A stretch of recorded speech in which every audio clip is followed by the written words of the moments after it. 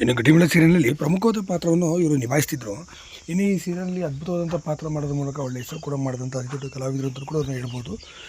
ಇನ್ನು ಈಗಿರೋ ಸಂದರ್ಭದಲ್ಲಿ ಈ ನಟಿ ಇದೀಗ ವಿದೇಶರಾಗಿರುವಂಥದ್ದು.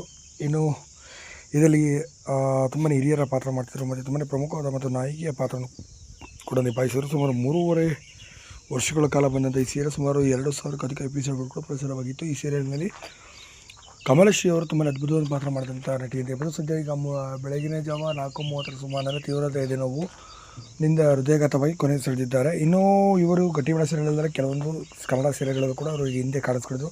ವಟಾರ, ಮನ್ವಂತರ, ನಾಲ್ಕು ತಂತಿ ಈ ಸೀರಿಯಲ್ಗಳಲ್ಲಿ ಕೂಡ ಅಭಿನಯ ಮಾಡಿದಂಥ ಇವರು ಕೊನೆಯದಾಗಿ ಅಭಿನಯ ಮಾಡಿದ ಗಟ್ಟಿಮೀಳ ಸೀರಿಯಲ್. ಮತ್ತು ಗಟ್ಟಿಮೀಳ ಸೀರಿಯಲ್ನಲ್ಲಿ ಒಂದು ಸ್ವಂತ ಫ್ಯಾಮಿಲಿ ರೀತಿಯಲ್ಲಿ ಅವರಿಗೆ ಇದಾಗಿತ್ತು ಮತ್ತು ಒಂದು ಸ್ವಂತ ಕುಟುಂಬದಲ್ಲೇ ನಡೀತಾ ಇರೋಂಥ ಸ್ಟೋರಿ ರೀತಿಯಲ್ಲಿ ಇವರು ಅಭಿನಯ ಮಾಡಿದರು. ಇನ್ನು ಇವರ ಸಾವಿನ ಸುದ್ದಿ ಕೇಳಿ ಇಡೀ ಗಟ್ಟಿಮೀಳ ಸೀರಿಯಲ್ ತಂಡ ಎಲ್ಲರೂ ಕೂಡ ಕಂಬನಿ ಮಾಡ್ತಿದ್ದಾರೆ. ಮತ್ತು ಇವರ ಅಂತಿಮ ದರ್ಶನಕ್ಕೆ ಕೂಡ ಇಂದು ಜಯನಗರದಲ್ಲಿರುವಂಥ ಅವರ ಸ್ವಗೃಹಕ್ಕೆ ತೆರಳಿದ್ದಾರೆ ಎಂಬ ಮಾಹಿತಿಗಳು ಸದ್ಯಕ್ಕೆ ಇರುವಂಥದ್ದು. ಇವರ